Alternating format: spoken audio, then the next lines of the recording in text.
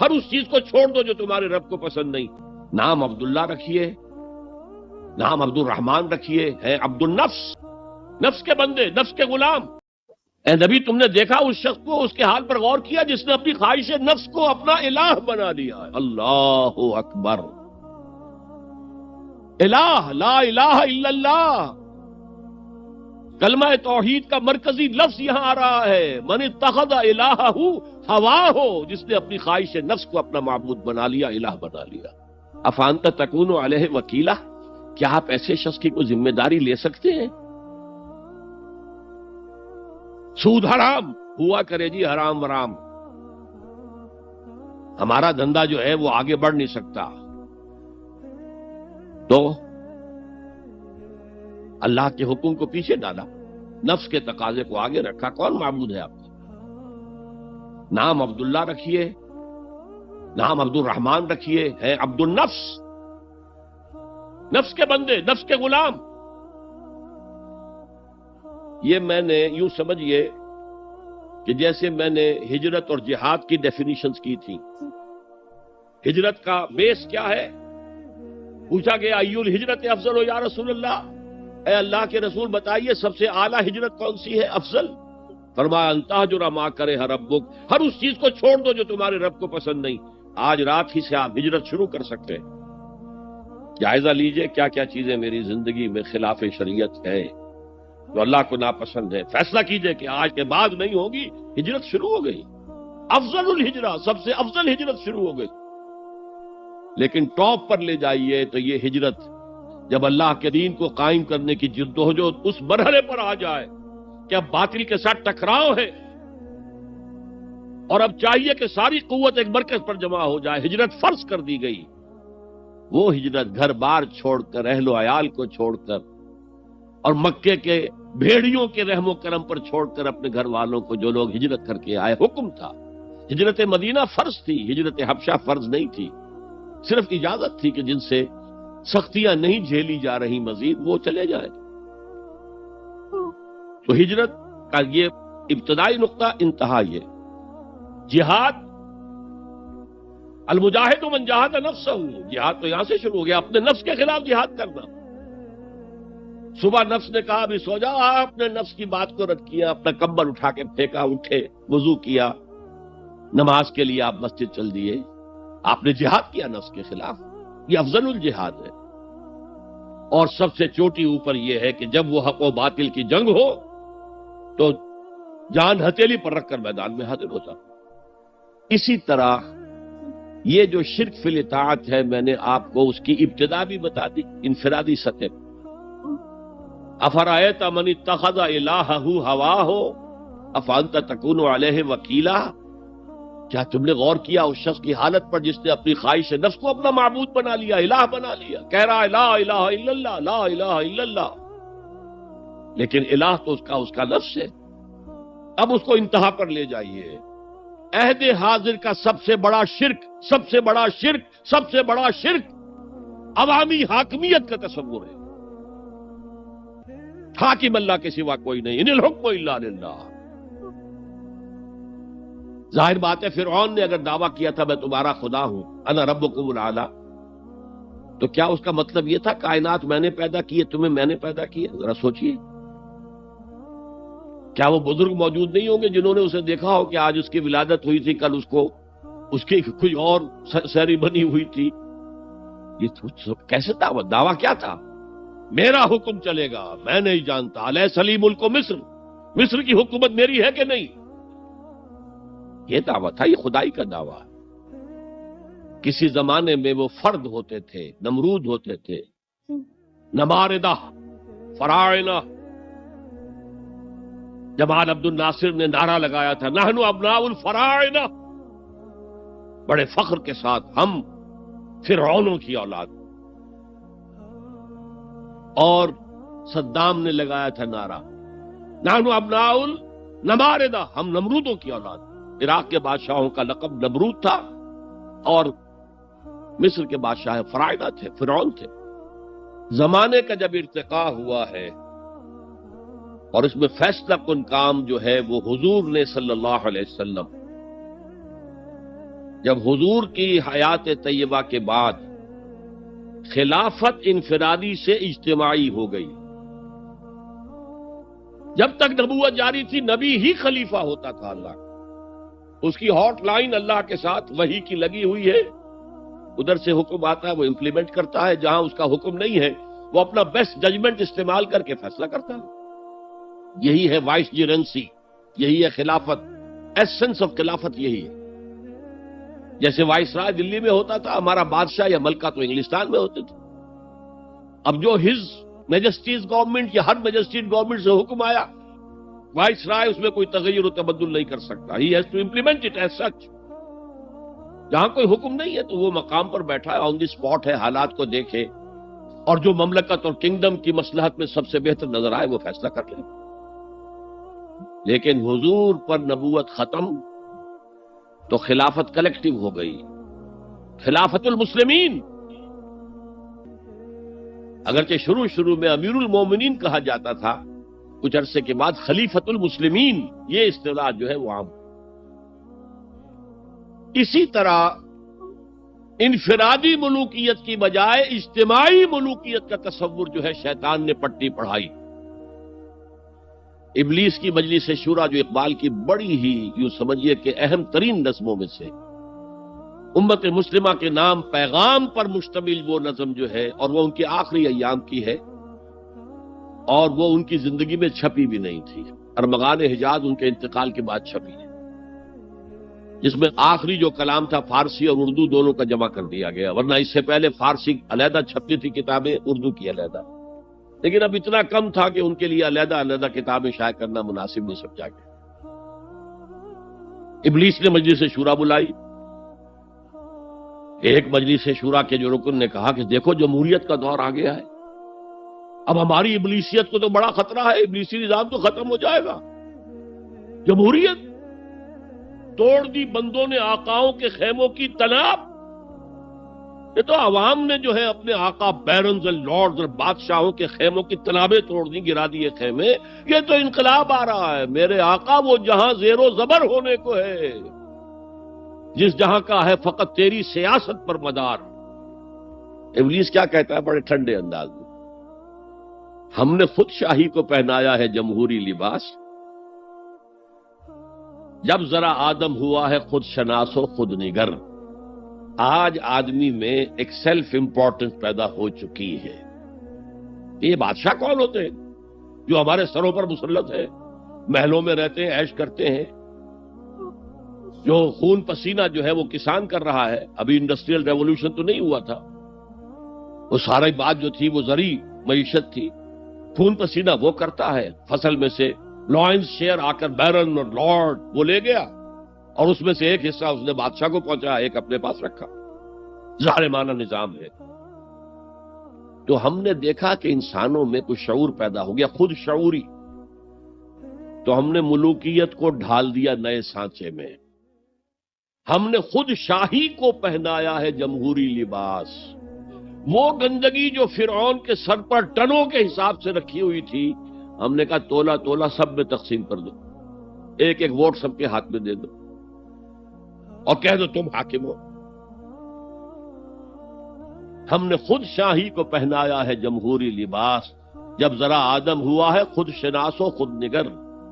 تو نے کیا دیکھا نہیں مغرب کا جمہوری نظام؟ چہرہ روشن اندروں چنگیز سے تاریک تر.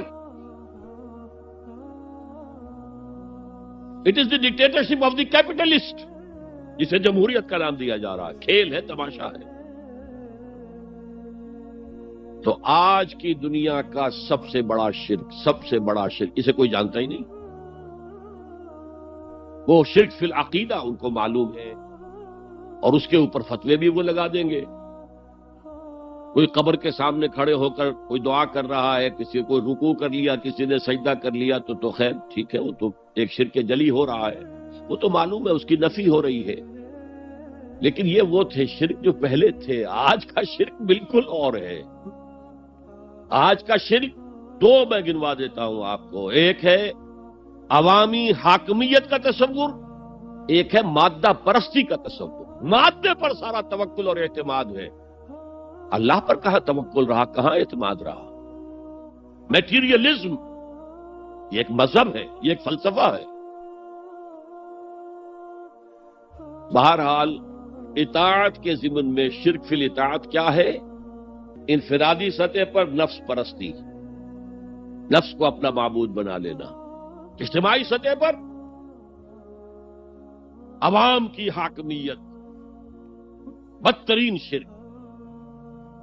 اب آئیے محبت، شرک فی المحبت کیا ہے؟ اگر کسی بھی شے اور کسی بھی انسان کی محبت اللہ کی محبت سے بڑھ جانا تو دور کی بات ہے، برابر بھی آ کر ہم نشین ہو گئی، بیٹھ گئی، تو یہ شرک ہے۔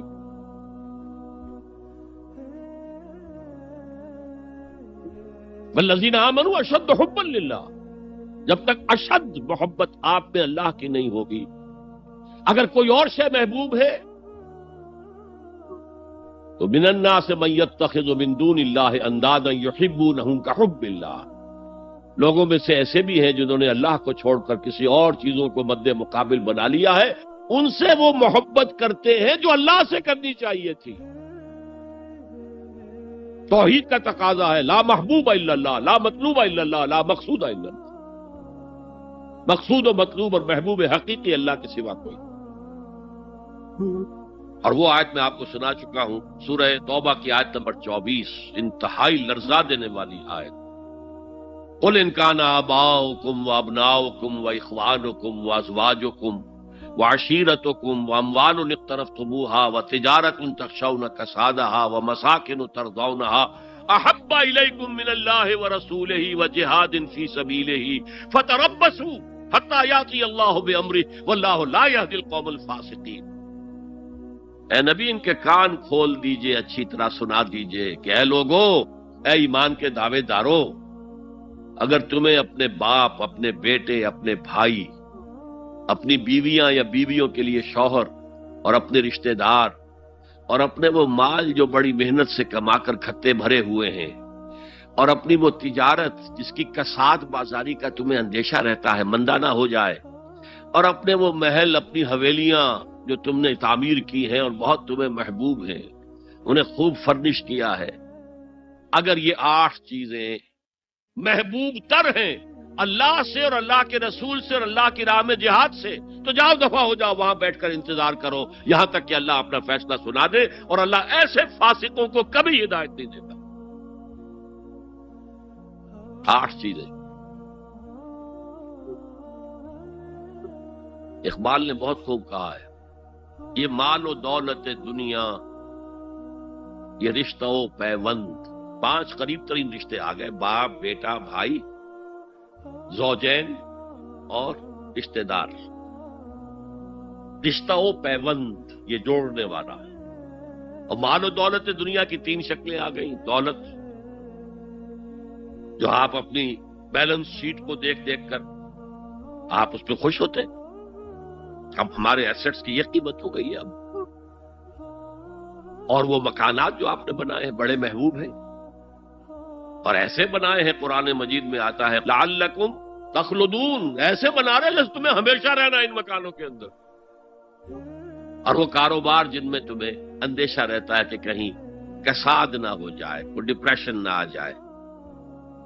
یہ 8 چیزیں، یہ مال و دولت دنیا 3، یہ رشتہ و پیوند، بتان وہم و گمان لا الہ الا اللہ، یہ سب وہم و گمان کے بت ہیں جن کی پرستش میں تم لگے ہو۔ ان سب کی پرستش چھوڑو تو لا الہ الا اللہ کا حق ادا ہو۔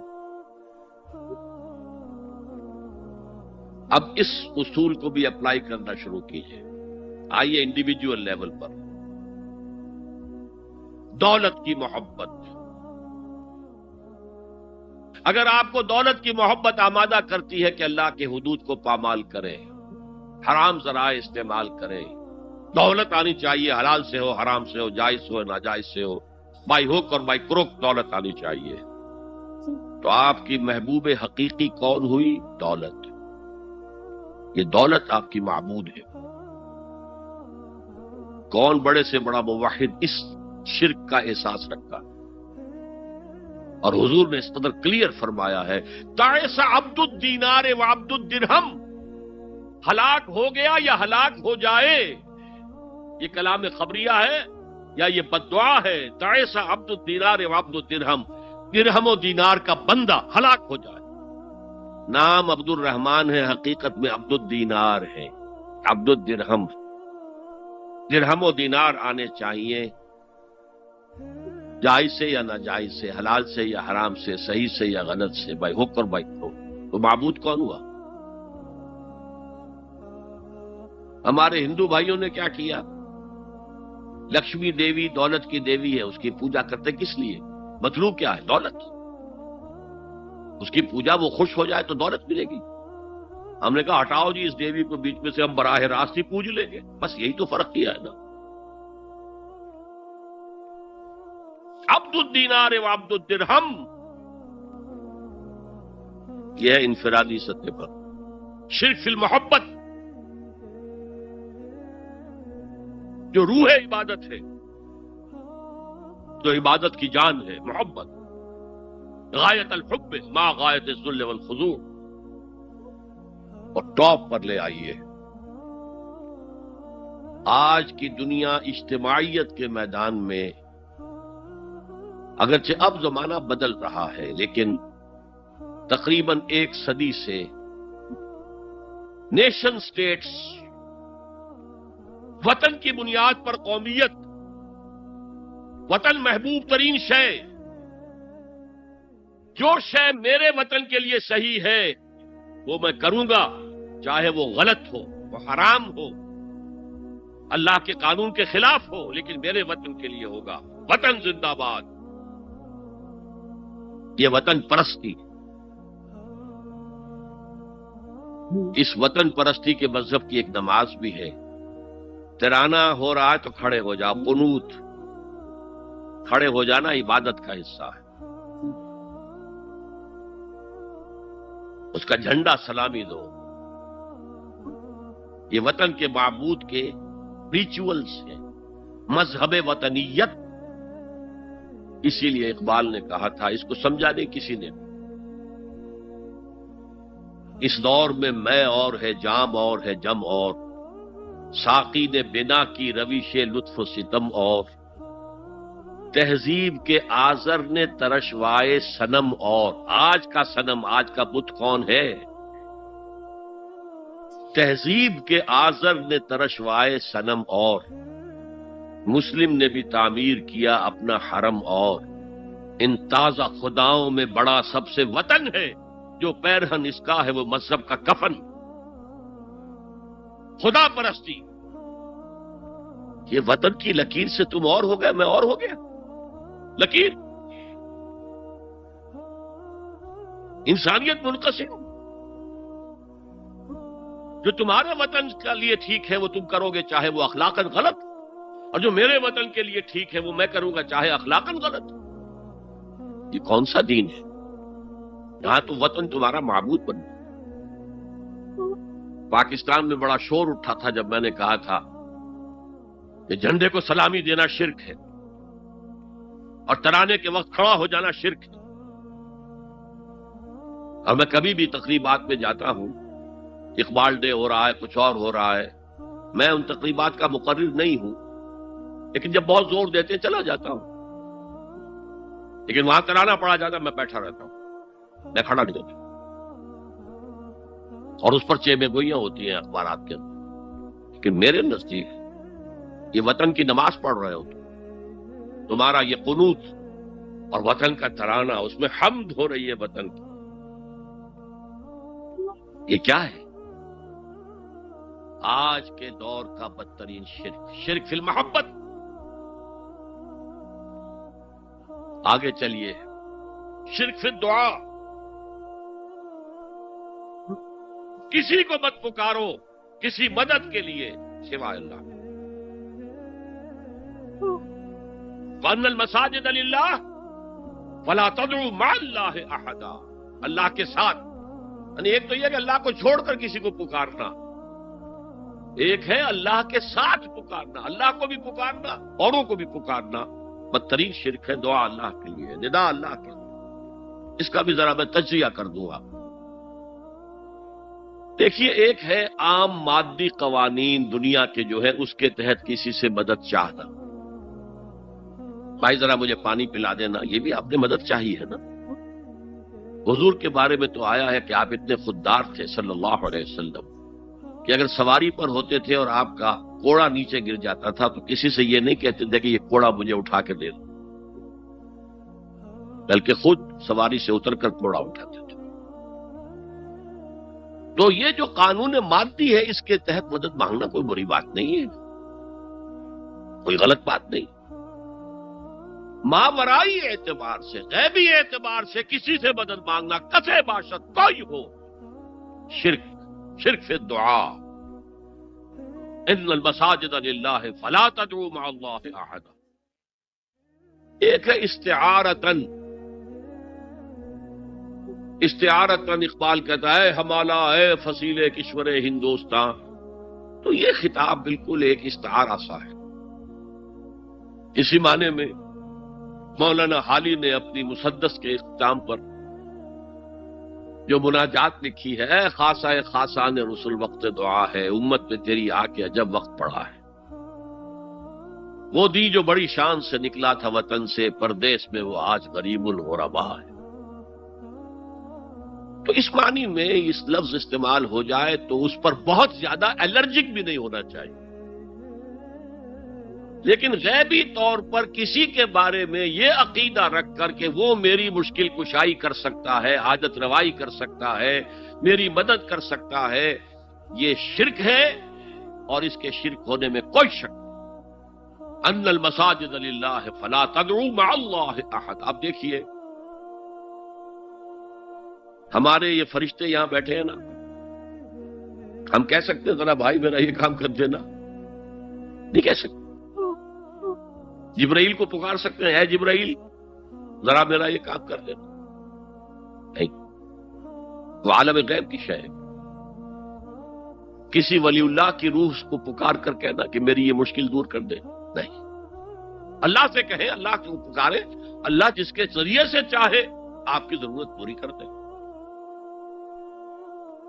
اس ضمن میں کہوں گا کہ شاہ ولی اللہ دہلوی نے ایک بات کہی ہے، اگرچہ مجھے اس کی کوئی دلیل اپنے طور پر انڈیپینڈنٹلی کتاب و سنت میں نہیں ملی ہے، لیکن شاہ صاحب کا ایک مقام مرتبہ ہے جو میری نگاہ میں بہت بلند ہے. میرے نزدیک دو عظیم شخصیتیں عالم اسلام کی،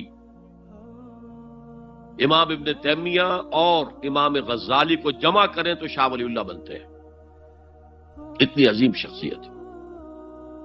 انہوں نے یہ لکھا ہے کہ جو اللہ کے برگزیدہ بندے ہوتے ہیں، اولیاء اللہ، اللہ تعالیٰ ان کی ارواح کو ان کے فوت ہونے کے بعد ملائکہ کے طبقہ اسفل میں شامل کر دیتے ہیں، اور وہ بھی جس طرح وہ ملائکہ اللہ کے احکام کی زمین میں تنفیذ کر رہے ہیں وہ بھی اسی کام میں لگ جاتے ہیں.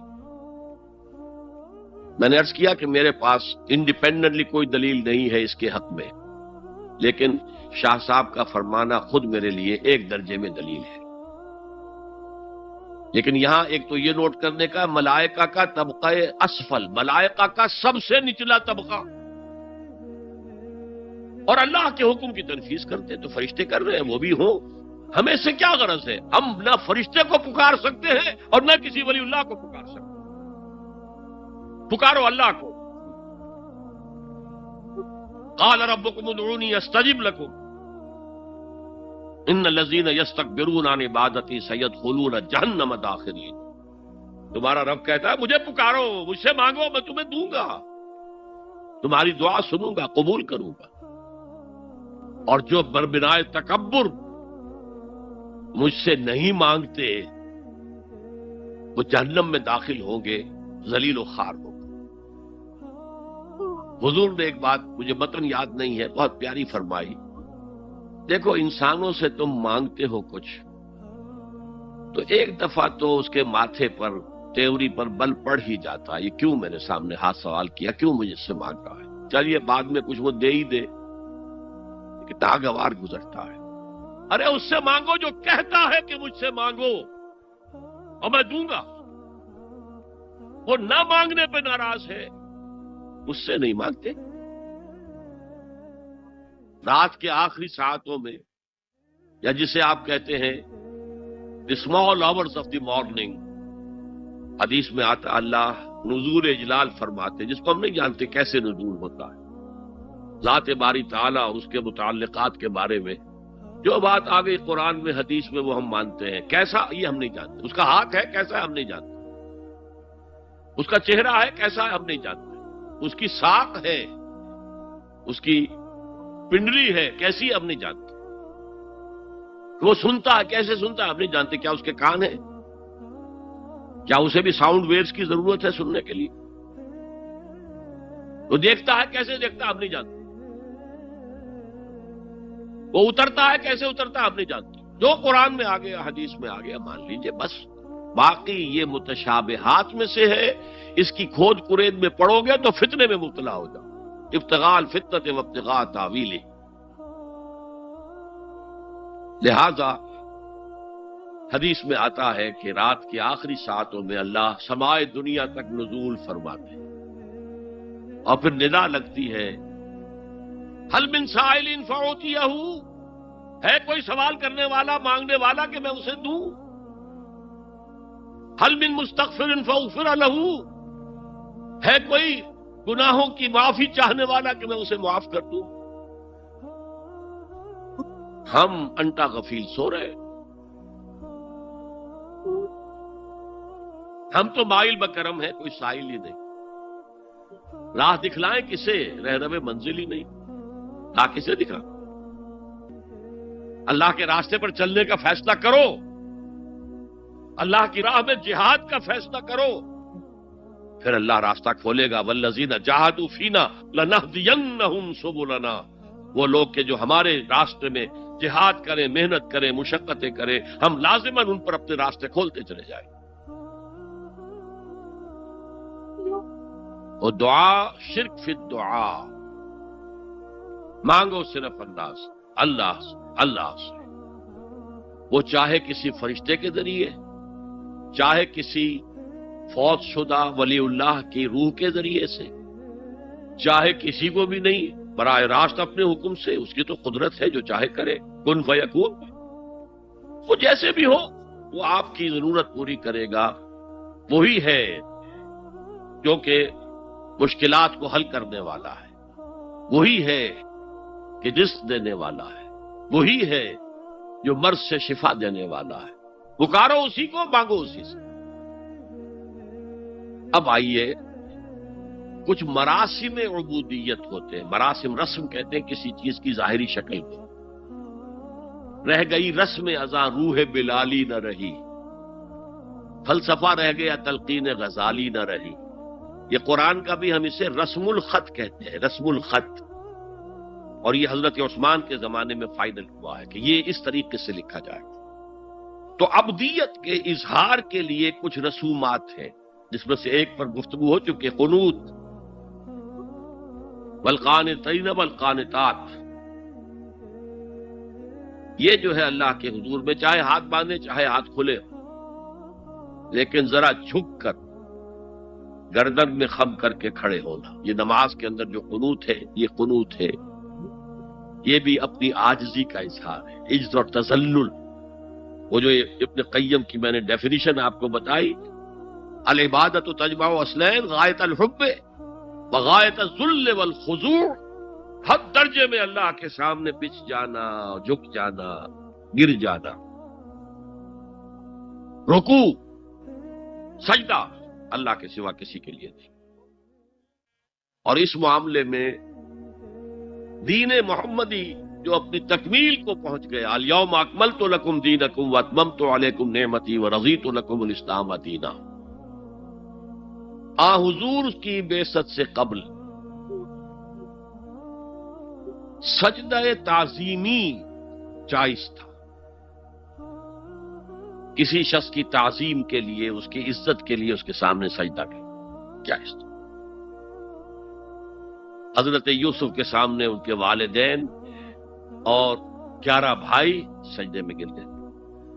بچپن میں خواب دیکھا تھا اور 40-50 سال بعد اس کی تعبیر بالفعل ایک اس واقعے کے طور پر سامنے آ رہے، سجدہ کرنا، جھکنا، سجدہ کرنا، یہ جائز تھا سجدہ تعظیم۔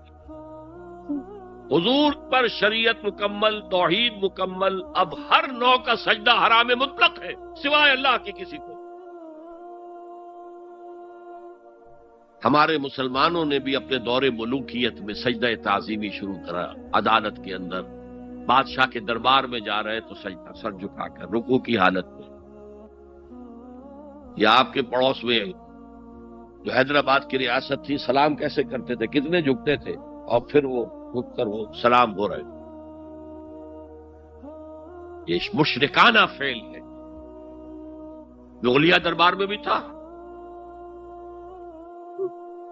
شیخ احمد سرہندی رحمت اللہ علیہ نے کہا غلط ہے، حرام ہے، جائز نہیں۔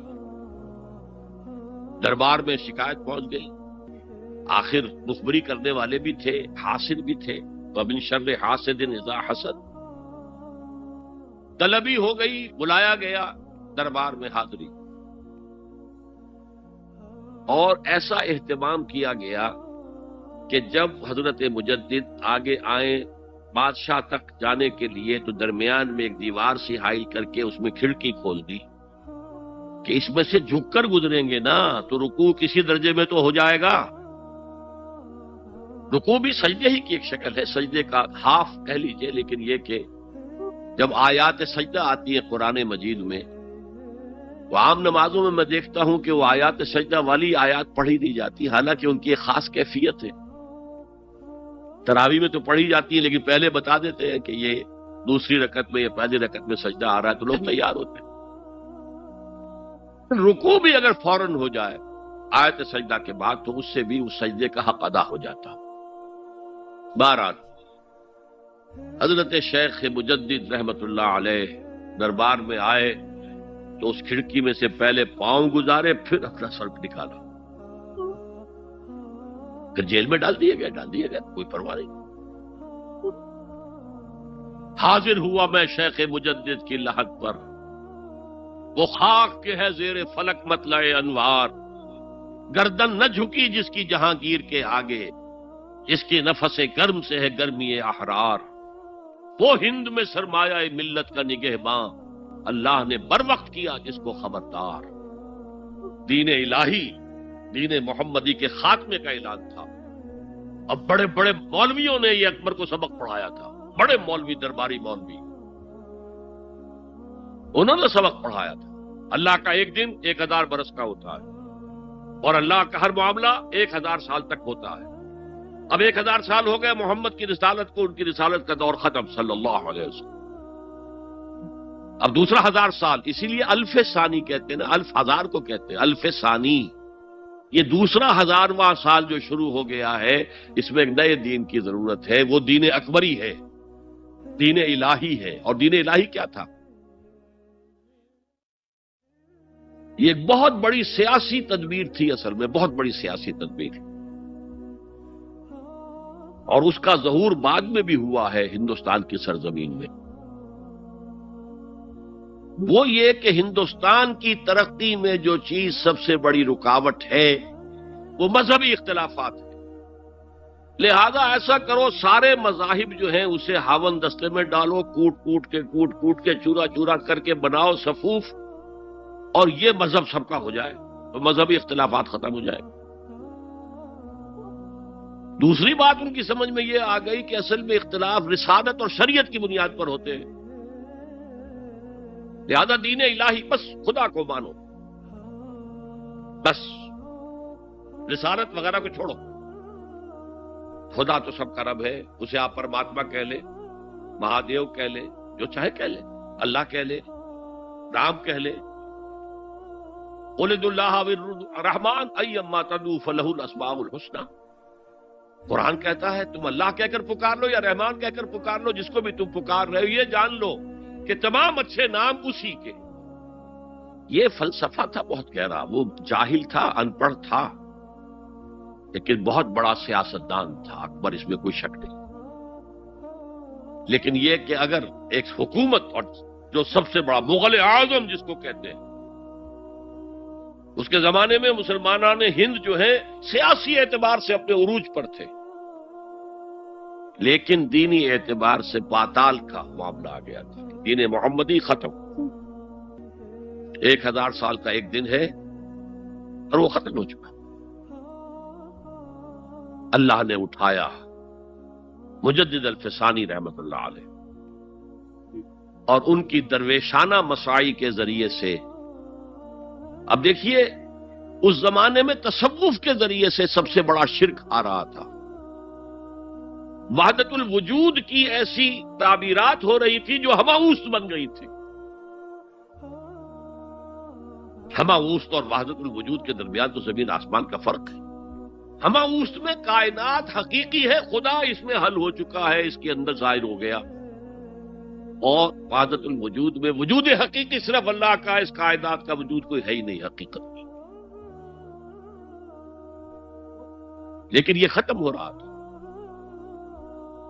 اس پہلو سے مجدد الفسانی کے مجدد اعظم کو اللہ نے کھڑا کیا۔ شیخ احمد حضرت عمر کی اولاد سے تھے، فاروقی تھے، شاہ ولی اللہ بھی فاروقی تھے، رگے فاروقیم کہتے ہیں شیخ احمد سندھی، میری فاروقی رگ پھڑکتی ہے اس پر۔ اس کے نتیجے میں وہ دین الہی کا خاتمہ ہوا۔ بعد میں ہمارے ہاں یہ آیا ہے ہندوستان میں برہمو سماج، برہمو سماج، اور گاندھی جی بھی اسی فلسفے کے قائل تھے، وحدت ادیان کے۔ اور یہ سیاسی اعتبار سے بہت اونچی ذہنی سطح کی غمازی کرنے والی بات ہے کہ ہندوستان کے اندر کے یہ مذہبی اختلافات کو اگر ہم کسی طرح کھرل کر کے ختم کر دیں، ہاون دستہ میں ڈال کے کر دیں، تو پھر یہ کہ یہاں ترقی ہی ترقی۔ بہرحال سجدہ، گردن نہ جھکی جس کی جہانگیر کے آگے، جس کے نفس گرم سے ہے گرمی احرار، وہ ہند میں سرمایہ ملت کا نگہباں، اللہ نے بر وقت کیا جس کو خبردار۔ تو ہم نے شرک فی العبادت میں پہلے بات کی، شرک فی الاطاعت۔ انفرادی سطح پر نفس معبود، اجتماعی سطح پر عوام کی حاکمیت، بدترین شرک اس دور کا، عظیم ترین شرک۔ اتنے بڑے پیمانے کا شرک کبھی نہیں ہوا دنیا میں۔ اس کے بعد شرک فی المحبت، مال کی محبت، تعس عبد الدینار و عبد الدرہم، وطن کی محبت یا کسی اور شے کی محبت، اگر وہ اللہ کی محبت کے برابر بھی آ جائے، بڑھ جائے تو اور بھی بڑی بات کہنی پڑے گی، لیکن ہمارے پاس شرک سے اوپر کی اصطلاح کوئی نہیں۔ پھر شرک دعا، اللہ کے سوا کسی اور سے حاجت روائی کے لیے، مشکل کشائی کے لیے پکارنا کسی۔ پھر شرک فی المراسم العبودیہ، قنوت ہے، رکوع ہے، سجود ہے، یہ ذل والخضوع کی، کسی کے سامنے جھک جانے کی ایک علامت ہے، سمبل ہے۔ اب آخری ہے اس میں اخلاص، اور اخلاص کی ضد کیا ہے؟ ریاکاری۔ کوئی عبادت اگر دکھاوے کے لیے کی جائے وہ شرک ہے، یہ شرک خفی کہلاتا ہے۔ مال کی محبت کا شرک بھی شرک خفی ہے، نفس کی اطاعت کا شرک بھی شرک خفی ہے، اور یہ سب سے خفی شرک ہے۔ حضور نے فرمایا صلی اللہ علیہ وسلم، من صلی یرائی فقد اشرکا ومن صام یرائی فقد اشرکا ومن تصدق یرائی فقد اشرکا۔ جس نے دکھانے کے لیے نماز پڑھی اس نے شرک کر لیا، جس نے دکھاوے کے لیے روزہ رکھا اس نے شرک کر لیا، جس نے دکھاوے کے لیے خیرات کی، صدقات دیے، وہ شرک کر چکا۔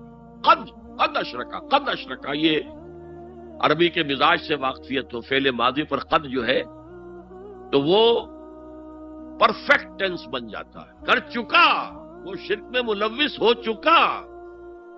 من صلی یرائی فقد اشرکا ومن صام یرائی فقد اشرکا ومن تصدق یرائی فقد اشرکا۔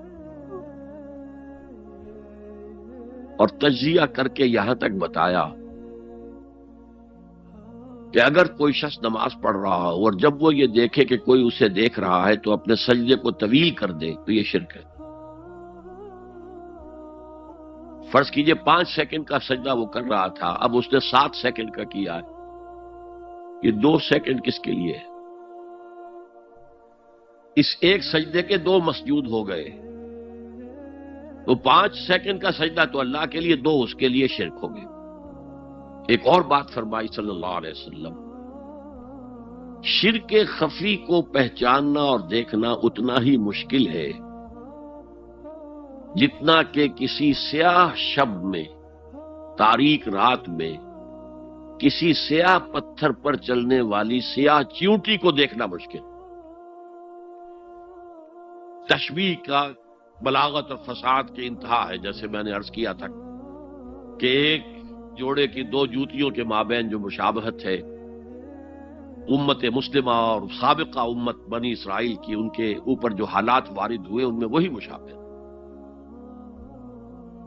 تاریک شب ہے، سیاہ پتھر ہے، اس پر سیاہ چیونٹی رینگ رہی ہے، جتنا اس کو دیکھنا مشکل ہے اتنا ہی شرک خفی کو پہچاننا مشکل۔ کدھر کدھر سے آپ پر حملہ آور ہو جائے گا، کدھر کدھر سے آ کر آپ کی عبادت میں، آپ کی توحید میں نقب لگائے گا، اس کا آپ کو اندازہ ہو نہیں سکتا۔ بڑا مشکل ہے، بہت زیادہ چوکس رہنے کی ضرورت ہے۔ اور اس کا علاج بتایا گیا ہے خاص طور پر عبادات کے ضمن میں، کہ کچھ نہ کچھ عبادت نفل بھی کی جائے، اور نفل عبادت اس طور سے کی جائے کہ کسی کو پتہ نہ چلے۔ اب ہمارا حال یہ ہو گیا ہے کہ ساری، اگر کوئی عشاء کی 17 رکعتیں پڑھتا ہے، سب کی سب مسجد میں پڑھتا ہے، حالانکہ صحابہ کے دور میں مسجد تھی فرائض کی ادائیگی، باقی جا کر نماز گھر میں پڑھو گے وہ افضل ہے۔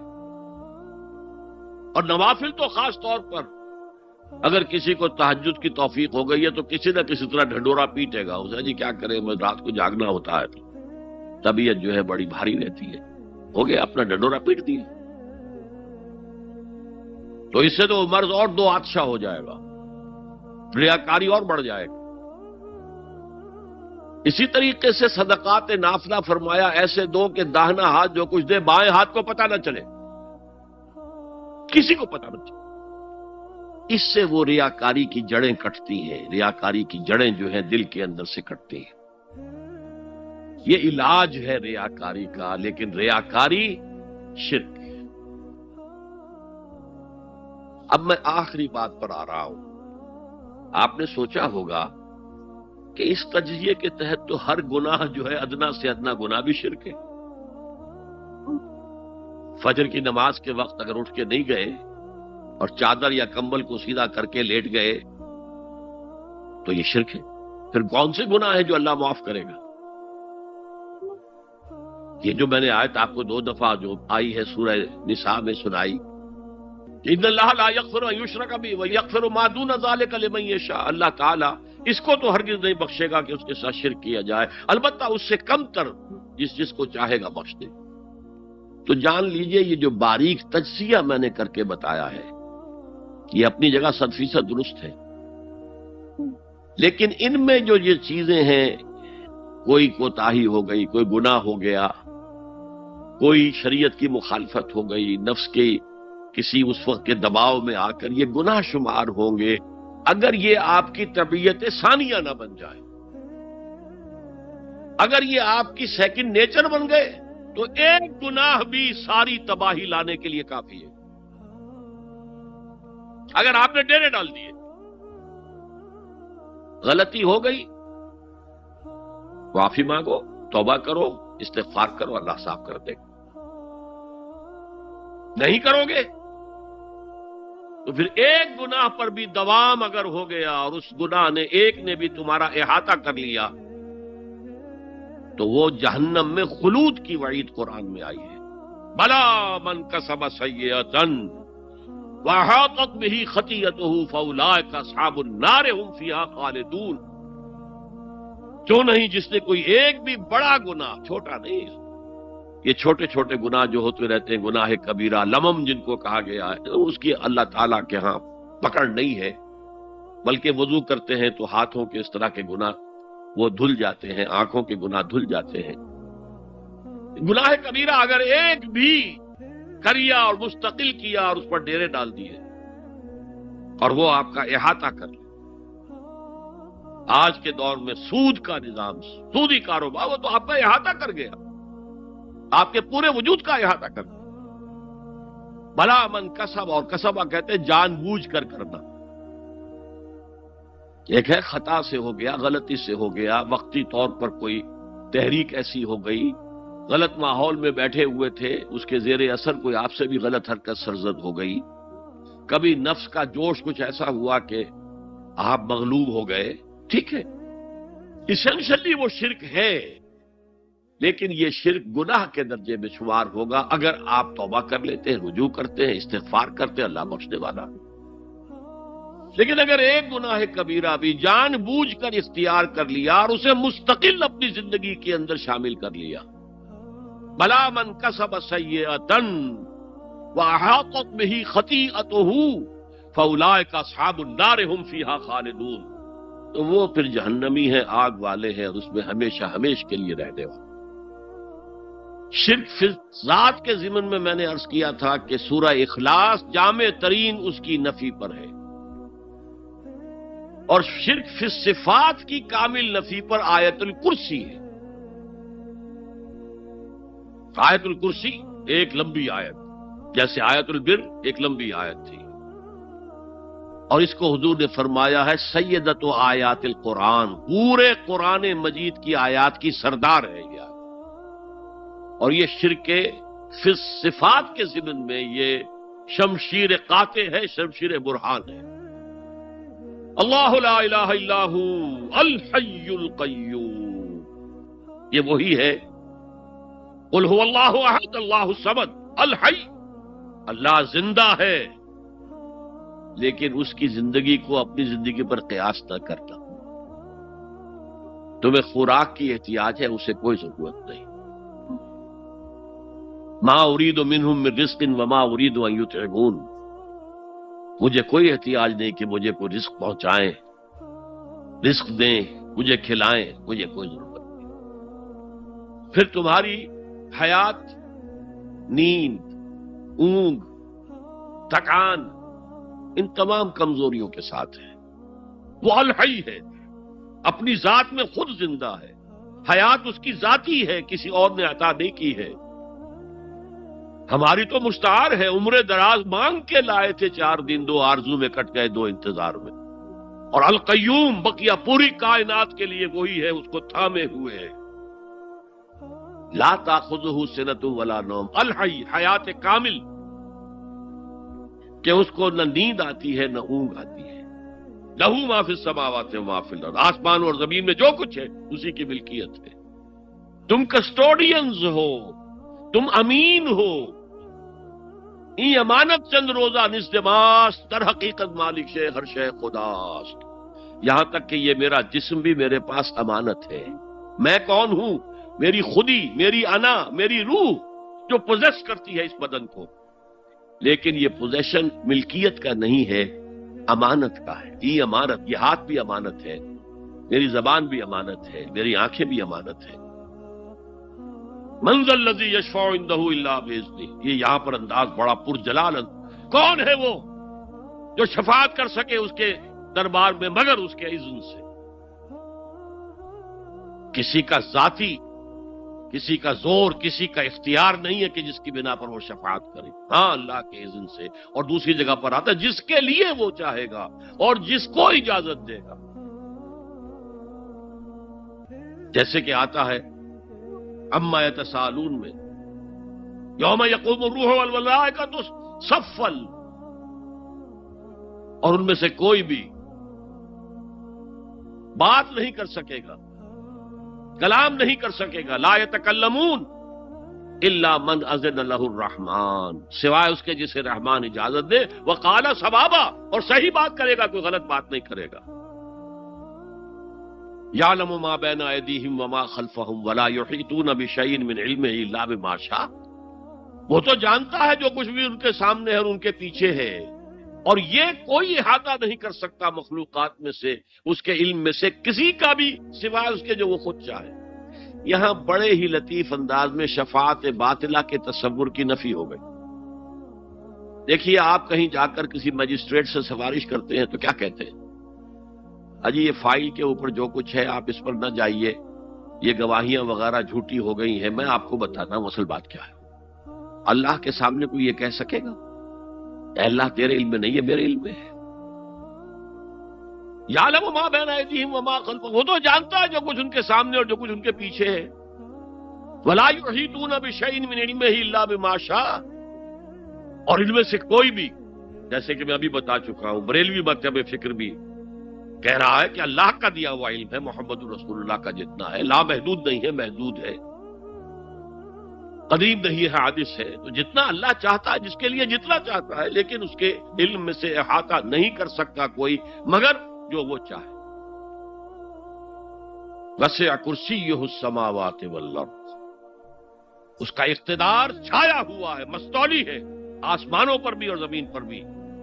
ولا یؤودہ حفظہما، اور اسے عاجز نہیں کر سکتی ان دونوں کی حفاظت۔ قیوم وہی ہے، صمد وہی ہے، لیکن اس سے کوئی تکان تاری نہیں ہوتی، عاجز نہیں ہوتی۔ یہ اصل میں نفی ہے جو تورات حافظے سے مرتب کی گئی تھی۔ 587 میں نبوکدنضر کا جو حملہ ہوا تھا اس میں اصل تورات گم ہو گئی، اس وقت سے آج تک وہ اصل تورات ان کے پاس نہیں۔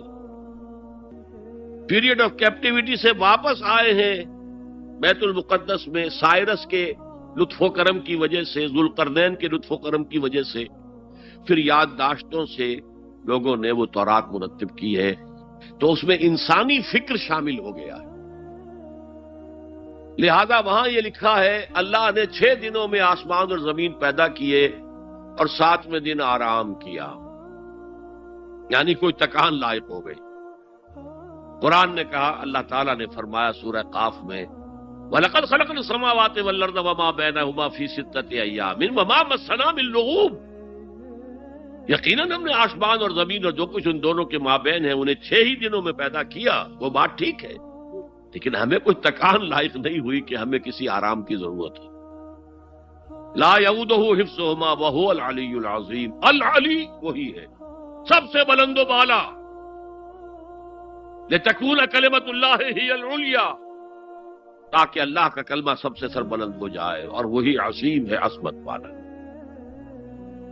اللہ تعالیٰ مجھے اور آپ کو اس سے بچائے، اپنے سابقہ زندگی کے گناہوں پر توبہ کرنے کی اور اللہ سے استغفار طلب کرنے کی توفیق عطا فرمائے، اور اپنے دینی فرائض کی انجام دہی کے لیے کمر بستہ ہو جانے کا عزم مصمم کر لینے کی توفیق عطا فرمائے۔ اقول قولی ھذا واستغفر اللہ لی ولکم ولسائر المسلمین والمسلمات۔ اب ہم سوالات کا سیشن شروع کرتے ہیں۔ پہلا سوال ہے، اگر کسی مسلمان کو یہ نہیں معلوم ہو کہ وہ جو کر رہا ہے وہ عمل شرک ہے یا نہیں، تو کیا اس کا یہ شرک معافی کے قابل ہوگا؟ دیکھیے، اگرچہ قانون تو یہ ہے دنیا کا، ignorance of law is no excuse، قانون سے عدم واقفیت کوئی عذر نہیں ہے، قانون تو پھر پڑھتا ہے، لگتا ہے، لاگو ہوتا ہے، عائد ہوتا ہے، لیکن اللہ کے ہاں ایسا نہیں ہے۔ وہ ہر شخص سے اس کے اپنے حالات کے اعتبار سے حساب لے گا، کن حالات میں پیدا کیا گیا، کیا جینز اس کو دیے گئے تھے، کن حالات میں وہ پلا بڑھا ہے، اس کے انوائرنمنٹل فیکٹرز کیا تھے، پھر یہ کہ جن لوگوں کی ذمہ داری تھی کہ اسے دین کا پیغام پہنچائے انہوں نے کوتاہی کی، اور اگر اس کی وجہ سے یہ لا علم رہا اور اس نے بات کو نہیں سمجھا تو میں سمجھتا ہوں اللہ تعالیٰ نرمی فرمائیں گے۔ باقی یہ کہ بخشش یا سزا دینا یہ اللہ کا اختیار مطلق ہے۔ ہم کچھ نہیں کہہ سکتے. اللہ تعالیٰ ابو جہل کو بخش دے، ہم اعتراض نہیں کر سکتے، اس کی مخلوق ہے جو چاہے کرے. اللہ تعالیٰ کسی نیک سے نیک آدمی کو جہنم میں ڈال دے، وہ کر سکتا ہے. اگر آپ کو ڈاکٹر اسرار صاحب کی بیانات اچھے لگتے ہیں تو چینل کو سبسکرائب کریں.